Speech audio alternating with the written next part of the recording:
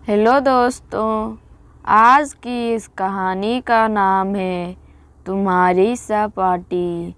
तुम मेरे जीवन में ना होकर भी हमेशा मेरे स्मृतियों में रहे। मैं तुम्हें भूला नहीं पाई, या ये कहूँ कि मैंने तुम्हें भुलाने की कोशिश ही नहीं की। जिंदगी की लय में तुम जब तक याद आते रहे हो, मुझे तुमसे कोई गिला नहीं है। बरसों बाद अपने बचपन के स्कूल जाने का मौका मिला। बीएड के परीक्षार्थियों के प्रैक्टिकल लेना था, 30 विद्यार्थियों का शेड्यूल बनाना, किस किस पीरियड में क्लास लेगा, कौन शिक्षक किस क्लास में पर्यवेक्षक बनेगा। बड़ा ही सिर दर्द वाला काम था। लगातार काम करते हुए मैं बुरी तरह थक गई।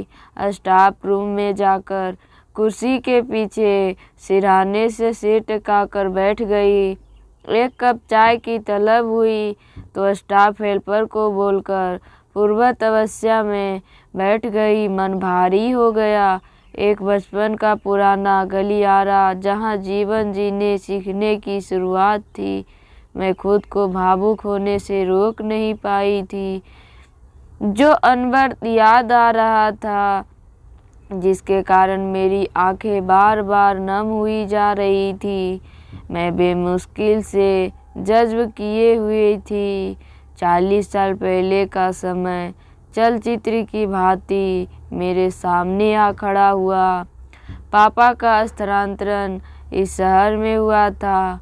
बाप सेशन में मैंने इस स्कूल में एडमिशन लिया था। बैग, पानी की बोतल संभालती हुई मैं क्लास में एंटर हुई। घबराहट में जाने कैसे पैर फिसल गया और मैं धड़ाम से गिर गई। बोतल दूर जाकर गिरी और बैग कंधे से उतरकर सिर के ऊपर झूल गया। पूरी क्लास के सामने गिरने में शर्म से पानी पानी हो गई। चोट कहाँ लगी, इसका होश कहाँ। मैं आई हेल्प यू। मुस्कुराते हुए एक चेहरे अपना हाथ आगे बढ़ाया। मासूम सा चेहरा, काले आंखें और खिलती मुस्कान से। यह मेरा पहला परिचय था। उसकी मासूम, वो पहला स्पर्श, वो नज़रों, वो पल आज भी मेरी आंखों से ज्यों की त्यों खुद ही, जिसे मैं स्मृतियों में देख तो सकती हूँ। तुम मेरे लिए अधूरे ख्वाब की तरह हमेशा मेरे साथ रहते हो। ज़रूरी नहीं कि हर ख्वाब मुकम्मल हो जाए। कुछ ख्वाबों की किस्मत में अधूरा रह जाना ही लिखा होता है।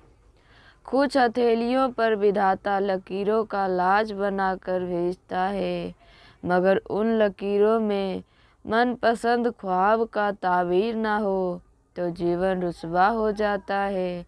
हाथों की लकीरें बेमानी हो जाती है और हथेलियाँ खाली रह जाती है।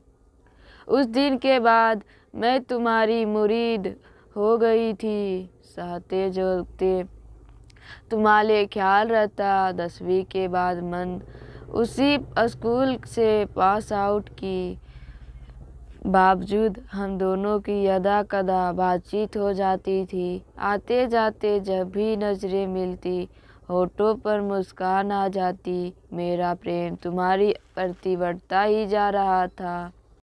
लेकिन तुम्हारे दिल में क्या चल रहा है, इस बात से मैं अभी तक अभिमान थी। मैं अपने सारे राज अपनी सहेली जैसी दीदी से शेयर करती थी। एक दिन उन्होंने कहा, तू जिसके सपनों में दिन रात खोती रहती है, जिसके लिए अपने आप को जया कर रही है, एक बार उससे पूछ कर तो देख, तू उसको मोहब्बत करती या भी नहीं। दीदी की बात सुनकर झटका लगा। 12वीं की फेयरवेल के दिन मैंने तुमसे अपना हाल ए दिल बयां कर दी। तुम सब शांति से सुनते रहे। तुम्हारे चेहरे पे चुप्पी थी, लेकिन तुम्हारे चेहरे पर भाव आ रहे थे। जिससे मुझे घबराहट हो रही थी। मैं तुम्हें एक सहपाठी से ज़्यादा कुछ नहीं समझा। मेरे मन में तुम्हारे लिए कुछ भी नहीं है। यह सुनते ही मेरा दिल टूट गया। तुम तो मुझे दोस्त भी नहीं मानते। इश्क करना तो दूर की बात थी। उस दिन से हम दोनों की राहें हमेशा के लिए अलग हो गई। तुम मेरे जीवन में ना होकर भी हमेशा मेरी स्मृतियों में रहे। मैं तुम्हें भुला नहीं पाई, या ये कहूँ कि मैंने तुम्हें भुलाने की कोशिश ही नहीं की। जिंदगी की लय में तुम जब तक याद आते रहो। मुझे तुमसे कोई गिला नहीं है। तुम अपनी तरफ से साफ थे। यह तो मेरे दिल की कसूर था, जो बिना सोचे समझे तुमसे इश्क कर बैठा। मेरा इश्क अजूब पहेली जैसा, जिसे मैं खुद ही ना सुलझा सकी। उलझे धागों की गांठ जैसी मैं, ना खुल सकी ना बंधी रह सकी। तुम जहाँ भी रहो खुश रहो दोस्त। तुम्हारी यह सहपाठी तुम्हारी खुशियों के लिए हमेशा प्रार्थना करती रहेगी।